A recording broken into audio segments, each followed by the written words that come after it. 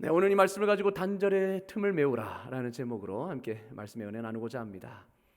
여러분 모두는 여러분 모두는 누군가에게 스승입니다. 원하든 원하지 않든 누군가에게 영향을 주고 가르치는 스승입니다. 성경도 말씀하고 있습니다.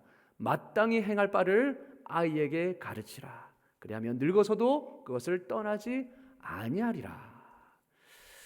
우리는 가르치는 사명이 있습니다.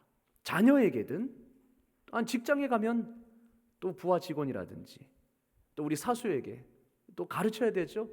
학교에서도 마찬가지입니다. 교회 안에서도 제자들에게 가르쳐야 합니다. 우리는 가르치는 그런 사명이 있습니다. 우리는 모두 누군가에게 스승입니다. 그러나 오늘날 교육이 어떻습니까? 교육이 단절되고 있다라고 말합니다. 교육의 단절이 일어나고 있습니다. 가르침과 배움이 활발하게 일어나고 있지 않습니다.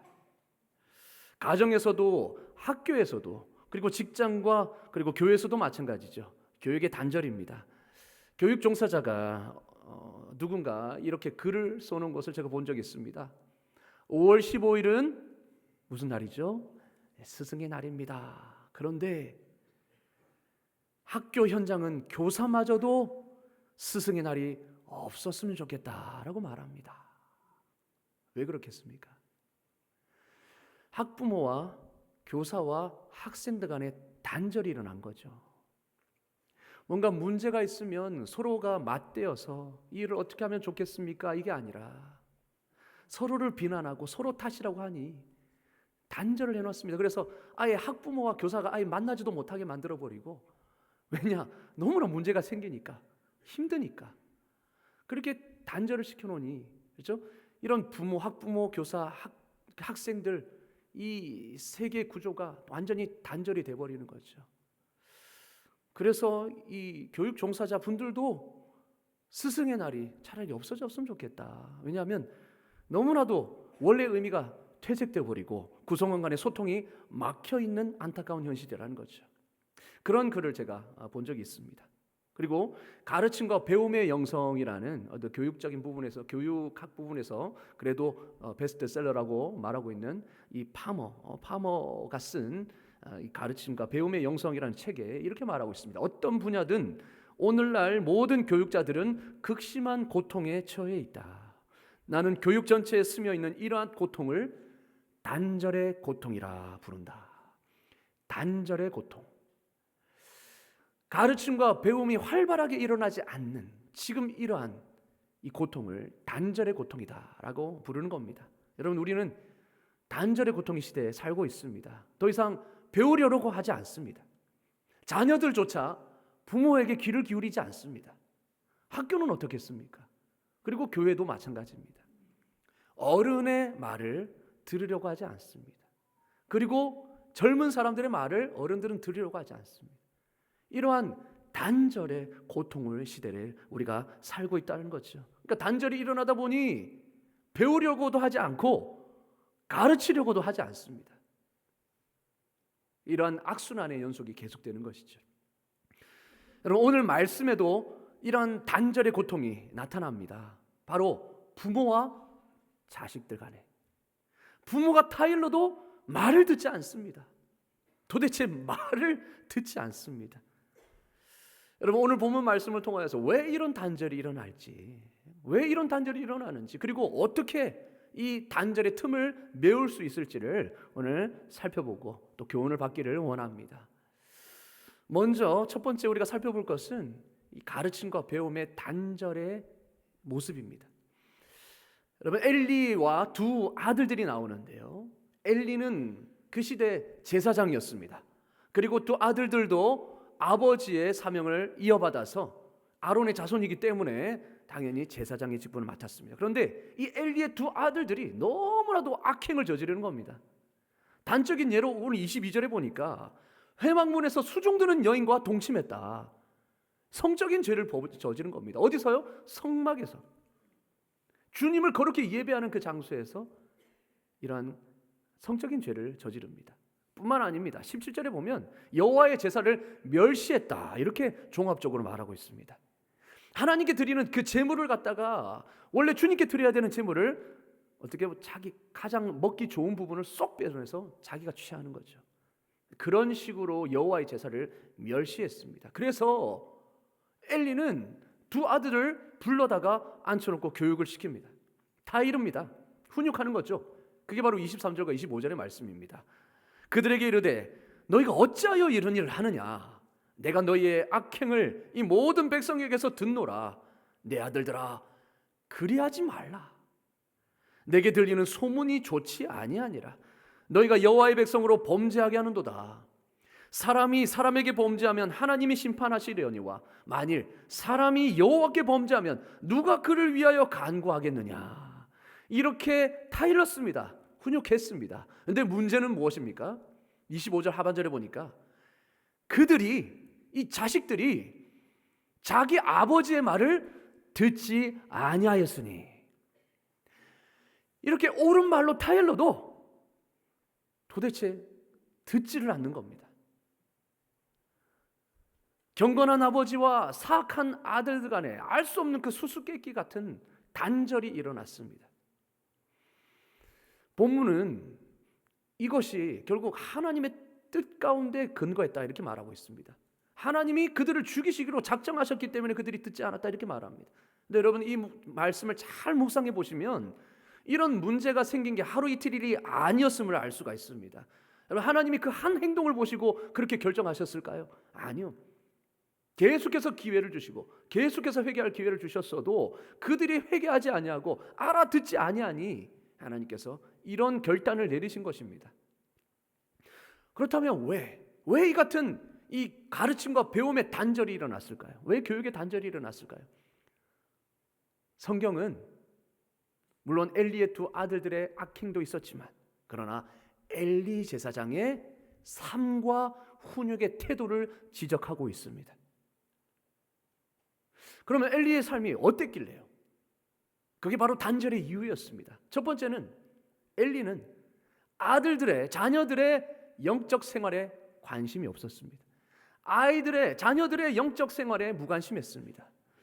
여러분, 엘리는 그의 아들들이 악행을 저지른다는 소식을 누구에게 들었습니까? 사람들에게 듣습니다.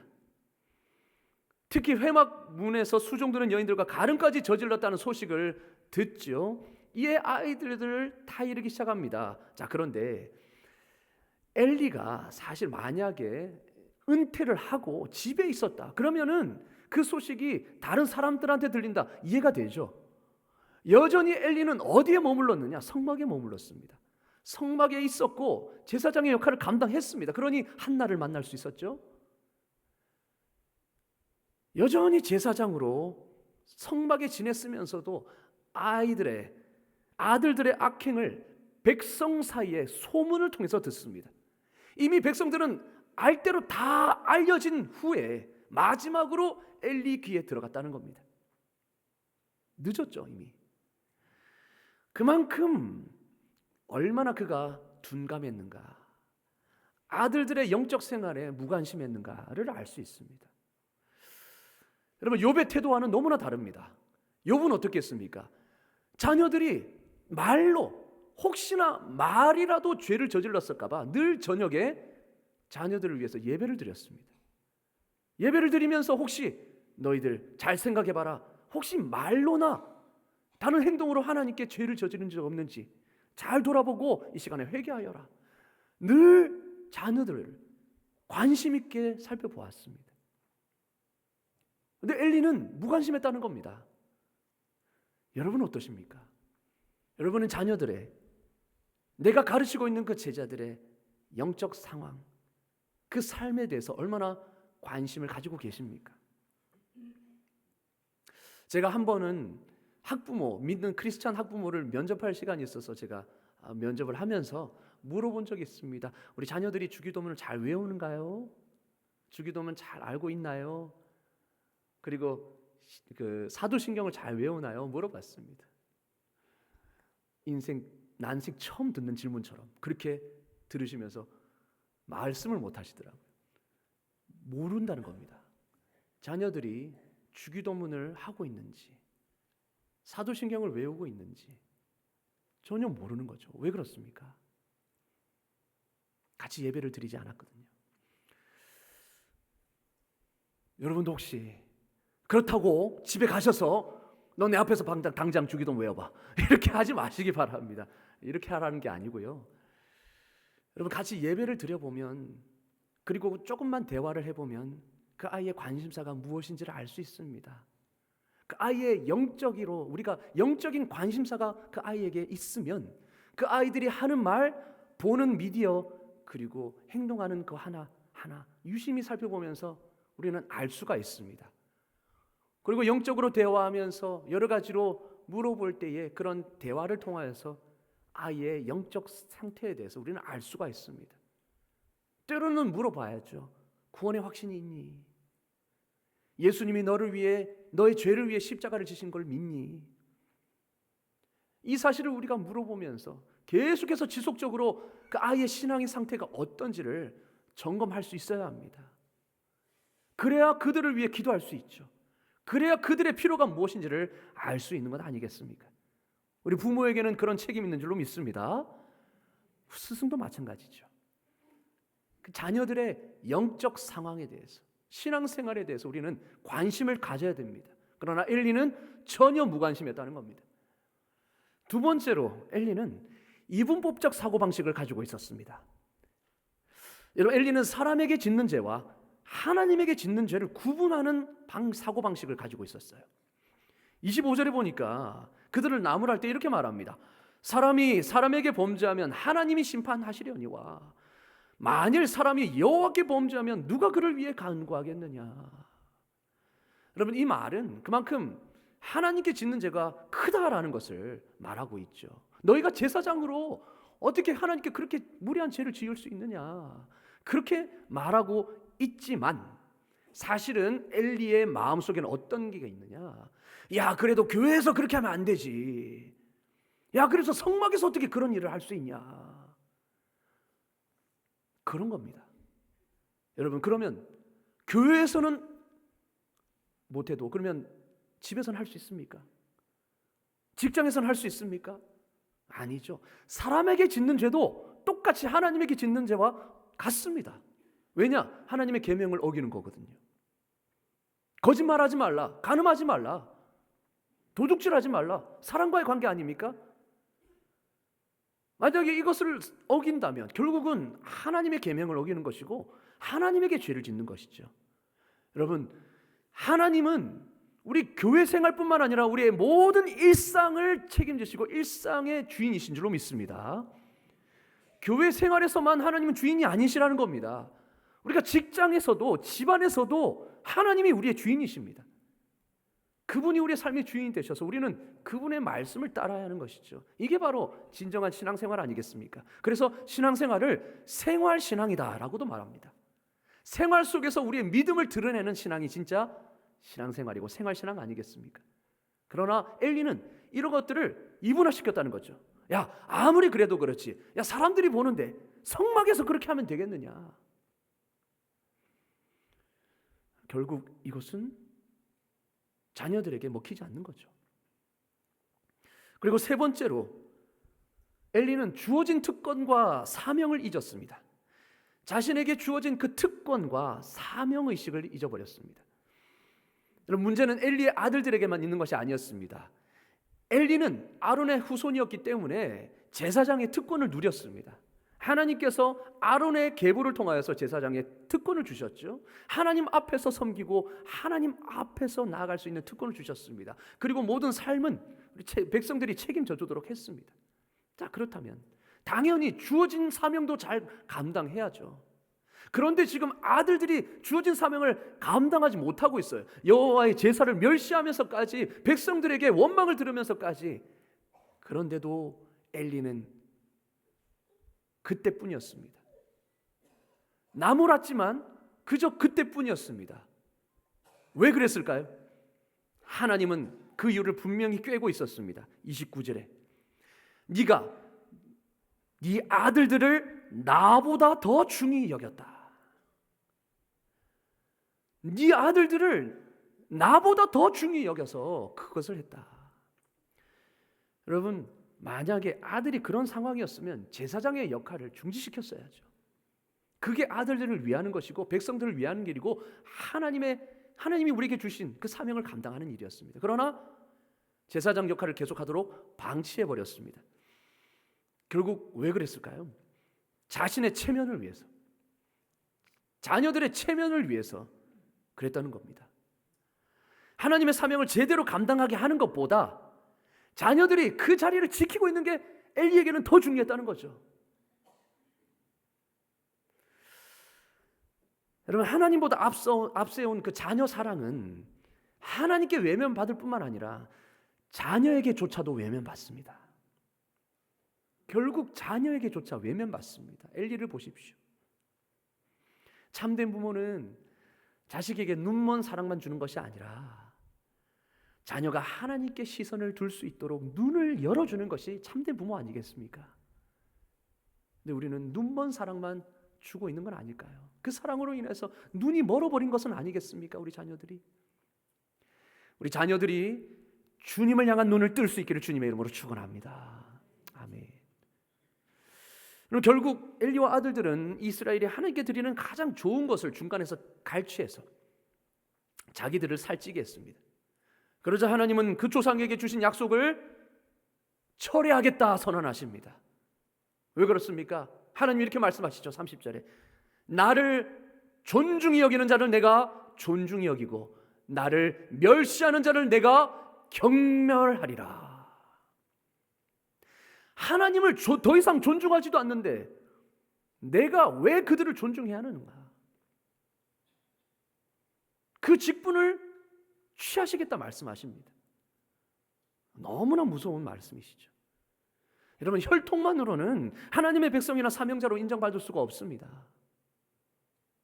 내가 믿음이 좋다고 해서 내 자녀가 믿음이 좋습니까? 내가 믿음이 좋다고 해서 내 제자들이 믿음이 좋아집니까? 아니죠. 그 중심에 하나님을 존중하고 믿고 섬기는 마음, 곧 믿음이 있는 자에게 하나님의 은혜가 임하는 줄로 믿습니다. 그 믿음을 심어주는 것이 중요하죠. 그러나 엘리는 그 믿음을 심어주는 일에 실패했습니다. 자신의 삶을 통하여서도 실패했습니다.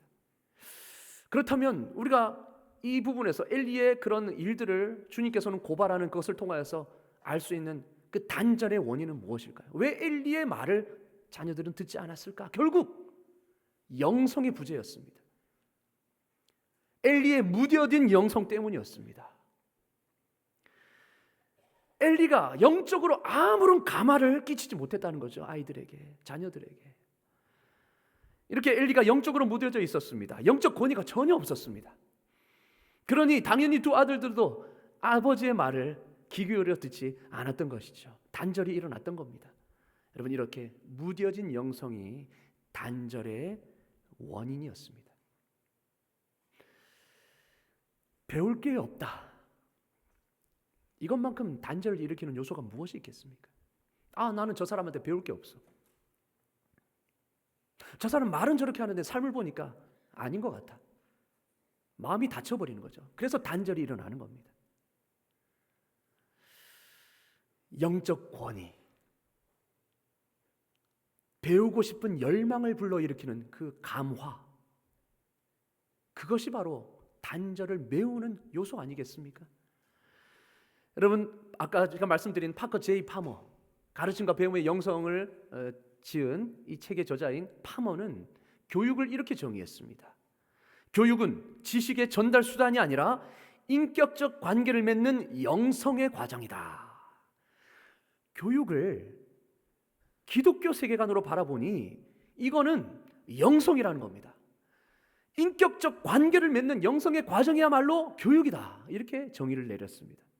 여러분, 이 말이 무슨 말입니까? 교육이 단순히 지식을 전달하는 행위가 아니라 사람과 사람 사이를 이어주는 과정이라는 거예요. 사람과 사람 사이의 깊은 관계 속에서 이루어지는 과정이 교육이라는 것입니다. 여러분, 쉽게 말하면 교육은 단순히 정보를 외우고 습득하는 것이 아니라 가르치는 사람과 배우는 사람이 서로 연결되고 영향을 주고받으며 성장하는 경험이라는 거죠. 사람과 사람이 연결되는 과정이라는 겁니다. 연결. 여러분, 가르침이, 그러니까 예를 들면 이제 학교에서 좋은 선생님을 만났을 때 단순히 수업 내용을 배우는 것이 아니죠. 그 선생님의 가치관이나 태도를 배우게 됩니다. 그 태도의 영향을 받고 어떻게 됩니까? 아, 내가 그 선생님의 가치관과 태도가 너무 좋아서 그 선생님이 가르치는 과목까지 흥미를 갖게 되는 겁니다. 제가 수학이 싫어하는 것이가 그 수학 선생님을 못 만난 것은 아닐까라는 변명 아닌 변명을 해보겠지만 농담입니다. 여러분, 정말로 우리가 그 선생님의 가치관과 태도, 그 선생님의 그 감화를 받아서 내가 좋아하지는 않았지만 그 선생님이 가르치는 그 과목까지 흥미를 이렇게 갖게 되는 그런 일들이 있는 거예요. 왜 그렇습니까? 교육이라는 것은 바로 사람과 사람 사이를 연결하는 것이기 때문입니다. 가르침이 배움과 순종으로 이어지기 위해서는 교육자와 피교육자 간에 연결이 있어야 됩니다. 특히 신앙의 세대 개성을 위해서는, 신앙의 전수를 위해서는 반드시 영성을 전제로 한 연결이 있어야 됩니다. 여러분, 이 연결은 영성이 바탕이 될 때야 일어날 수 있습니다. 그리고 그 연결은 파머가 말하기를 진리가 중심이 될 때 일어날 수 있다 말합니다. 진리. 이 연결이 언제 활발하게 일어나는가? 첫 번째, 가르치는 것이 진리일 때. 여러분, 거짓을 가르치는데 이런 연결이 활발하게 일어나겠습니까? 그 가르치는 것이 진리일 때 일어나는 거죠. 두 번째, 가르치는 자가 그 진리에 대한 확신과 열정으로 뭉쳐져 있을 때 연결이 활발하게 일어난다는 겁니다. 가르치는 자가 그 내가 가르치는 그 내용에 대한 확신과 열정이 있을 때에 일어난다는 거죠. 그리고 세 번째로, 가르치는 동기가 사랑일 때, 그 영혼에 대한 진정한 돌봄과 사랑일 때에 연결이 활발하게 일어난다는 거죠. 여러분, 엘리에게는 이게 없었던 겁니다. 엘리에게는 이게 없었어요. 진리에 대한 열정도 없었습니다. 하나님에 대한 사랑이 없었습니다. 오직 자식에 대한 눈먼 사랑만 있었을 뿐이죠. 그래서 마땅히 가르쳐야 될 바를 올바로 가르치지 못하고 얼렁뚱땅 넘어간 거 아니겠습니까? 한마디로 엘리는 이 영성이 결여되어 있었습니다. 영성. 가르침과 배움의 단절의 원인은 이 영성의 부재입니다. 바로 영성의 부재가 단절의 핵심이라는 것이죠. 자, 그렇다면 어떻게 이 단절의 틈을 메울 수 있을까? 바로 이 무뎌진 영성, 무너진 영성을 다시 회복하는 길입니다. 영성을 바로 세우는 것이 바로 이 단절을 메울 수 있는 귀한 방법입니다. 단절의 틈을 메울 수 있는 것은 바로 주님 닮은 영성인 줄로 믿습니다. 우리가 주님을 닮아 진리를 사랑하고 하나님을 사랑하고 하나님에 대한 뜨거운 열정과 열망이 있을 때에, 그리고 그 영혼에 대한, 내가 가르치는 영혼에 대한 뜨거운 사랑이 있을 때에 비로소 연결이 일어나는 것이죠. 그것은 바로 인격의 탁월함입니다. 인격의 탁월함을 통하여서 삶의 본을 보이고 그리고 영적 감화를 주는 거죠.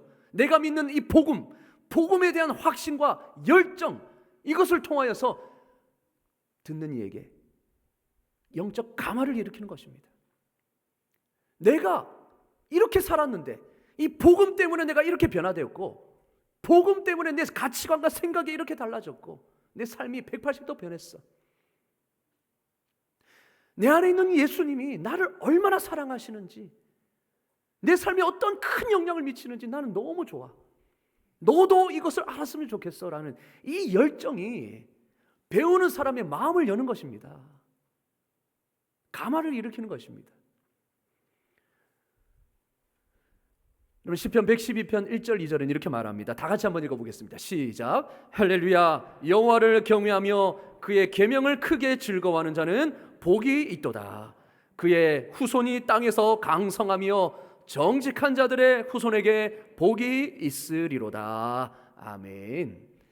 자, 이 말씀은 세대 간의 단절이 아니라 연결이 일어나는 모범적 케이스를 말씀해 주고 있습니다. 부모가 여호와를 경외하며 그의 계명을 크게 즐거워하고 그 말씀에 순종할 때에 자녀들이 복을 받는다는 겁니다. 어떤 복이겠습니까? 자녀들도 하나님을 이렇게 경외하고 섬기는 복, 믿음의 세대 계승이 이루어지는 복이죠. 단절이 아니라 어떨 때 이런 연결이 일어난다고요? 부모가 먼저 여호와를 경외하고 그의 계명을 크게 즐거워할 때, 여러분, 부모가 그렇게 할 때에 그의 후손이 땅에서 강성할 것이고 복을 받는다 말씀합니다. 신앙의 세대 계승이 이루어진다는 거죠. 연결이 이루어진다는 것입니다. 그리고 이러한 자들에 대해서 2절은 그들은 정직한 자들이다 이렇게 말합니다. 여호와를 경외하고 크게 그 계명을 즐거워하는 자는 정직한 자들이다 이 말합니다.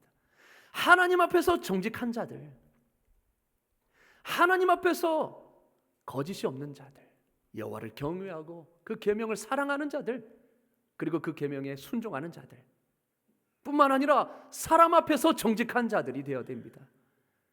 여러분, 사람 앞에서 우리가 뭐 척하는 사람이 아니라, 여러분, 우리는 가르치는 이들에게 척하는 사람일 수 있습니다. 우리 자녀들에게 척하는 부모일 수 있습니다. 제자들에게 척하는 스승일 수 있습니다. 그거는 정직한 것이 아닙니다. 경건의 껍데기만 있지, 경건의 모양만 있지, 경건의 능력을 무시하는 자일 수 있는 거죠. 그러나 우리가 정직한 자는 어떤 분입니까? 어떤 사람입니까?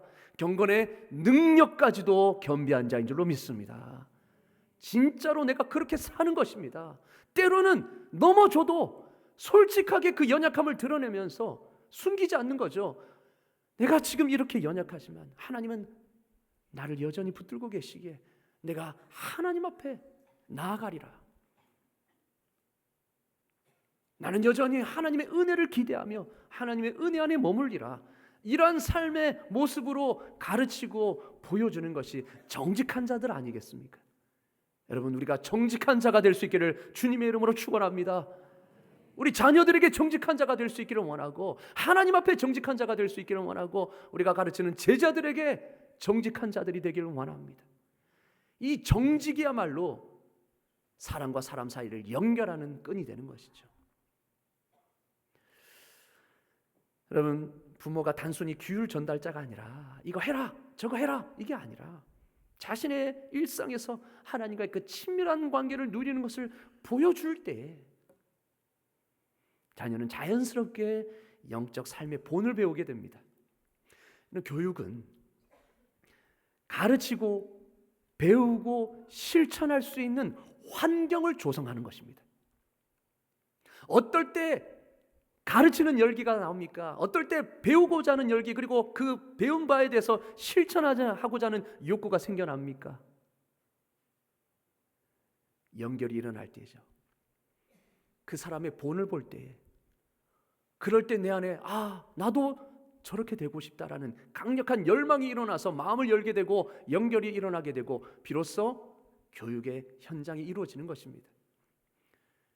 여러분, 부모가 매일 함께 모여서 내가 기도하고 은혜 받은 말씀, 그 말씀으로 함께 나누고 그 감동과 깨달음을 공유할 때에 자녀들은 단순히 교훈을 듣는 것을 넘어서서 하나님 앞에서 올바른 삶의 태도를 몸소 배우게 될 것이고 체험하게 될 것입니다.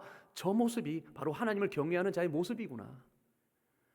때로는 연약할 수 있지만 그래도 하나님 앞에서 저렇게 몸부림치시는구나. 그걸 통하여서 자녀들은 부모의 말을 하나씩 새겨 듣는 것입니다. 처음에는 귀찮아합니다. 그렇죠? 그거 똑같은 소리입니까? 그만 듣고 싶습니다. 하지만 그러나 부모가 삶의 가마를 보일 때, 영적 가마를 보일 때 그 말씀이요 무시할 수가 없는 겁니다. 자녀들은. 그래서 자기도 그런 비슷한 상황에 처했을 때 부모님의 말을 무시하지 않았기 때문에, 그리고 그 삶을 보았기 때문에 나도 그러한 선택을 할 가능성이 많아진다는 거죠. 여러분, 이러한 연결이 일어날 수 있기를 주님의 이름으로 축원합니다. 아멘. 뿐만 아닙니다.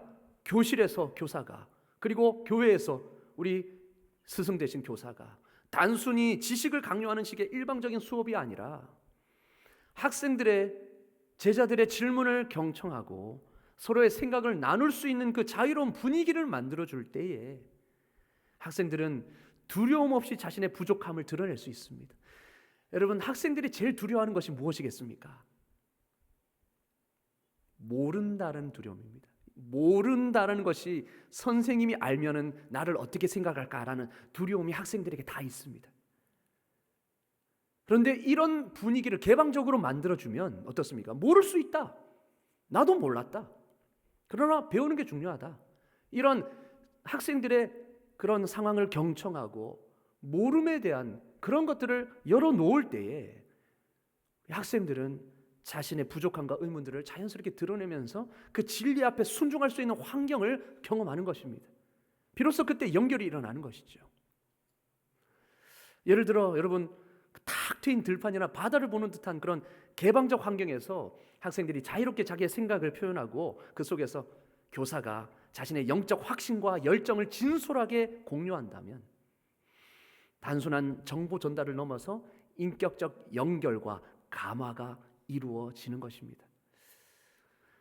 여러분, 또 리더는 어떻습니까? 리더가 구역을 인도할 때, 리더가 부서를 인도할 때 정말 쉽지 않죠.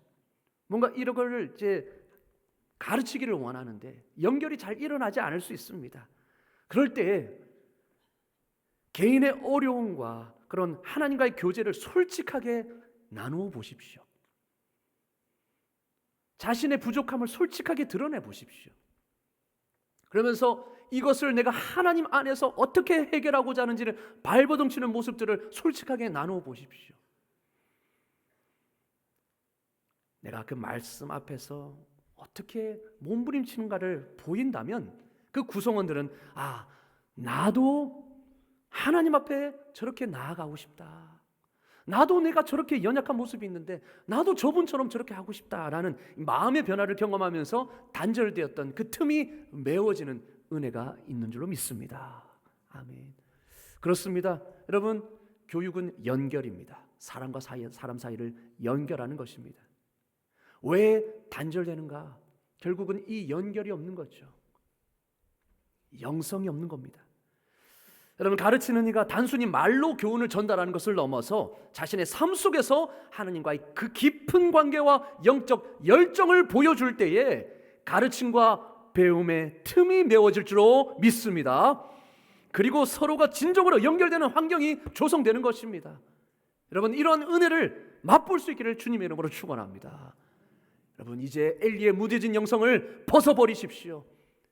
이분법적인 삶을 청산하시고 이제는 내 신앙생활이 생활신앙으로 거듭나기를 주님의 이름으로 축원합니다. 그리고 내가 돌보는 그 영혼을 향한 그 사랑을, 관심을 더 보이시길 바랍니다. 과연 그들의 영적인 필요가 무엇인지, 하나님이 저들에게 기대하시는 바가 무엇인지 더욱더 하나님과 그 하나님 사랑과 영혼 사랑의 마음을 내 안에 담아서 정말 내게 있는 그 진리, 내가 경험한 그 진리를 아낌없이 그렇게 공유하며 나눠줄 수 있는 그 마음을 품을 때에 비로소 단절이 연결로 이어지고 단절이 계승으로 이어질 줄로 믿습니다. 이러한 세대 계승, 믿음의 세대 계승, 믿음의 전수를 경험하시는 저와 여러분 되시기를 주님의 이름으로 축원합니다. 아멘. 기도하겠습니다. 하나님 아버지, 누구보다 신앙의 세대 계승과 신앙의 전수를 기뻐하시는, 그리고 원하시는 하나님 아버지, 오늘날 교육의 단절로 인해 고통받고 있는 저희들을 불쌍히 여겨 주시옵소서. 하나님, 엘리의 상황을 바라보면서 꼭 우리의 모습을 닮아 있음을 봅니다. 자녀들에게 가르치지만 말로만 할 경우가 많고, 가르치면서도 나 자신이 부끄러울 때가 너무 많습니다. 주여, 이제는 이러한 부끄러운 영성을 벗어버리고 주님 닮은 영성을 회복하게 하여 주시옵소서. 말씀과 기도 앞에 내 자신이 철저하게 엎드려지며 하나님 앞에 정직하며 사람 앞에 정직한 자가 되어서 하나님, 내가 만나는 사람들, 내가 가르치는 사람들, 나에게 영향을 받는 모든 사람들에게 인격적 감화와 영적 감화를 끼칠 수 있는 진정 영적 권위자가 되게 하여 주시옵소서. 하나님, 우리 삶 가운데 우리 자녀들이 하나님 믿음의 세대 계승을 이루기를 원합니다. 하나님, 내 제자들이 이 신앙의 세대 계승을 이루기를 원합니다. 하나님, 나와 만나는 모든 구성원들이 하나님 신앙의 전수를 이어받기를 원합니다. 하나님 나를 그런 그릇으로 사용하여 주시옵소서. 우리 주 예수 그리스도의 이름으로 기도드리옵나이다. 아멘.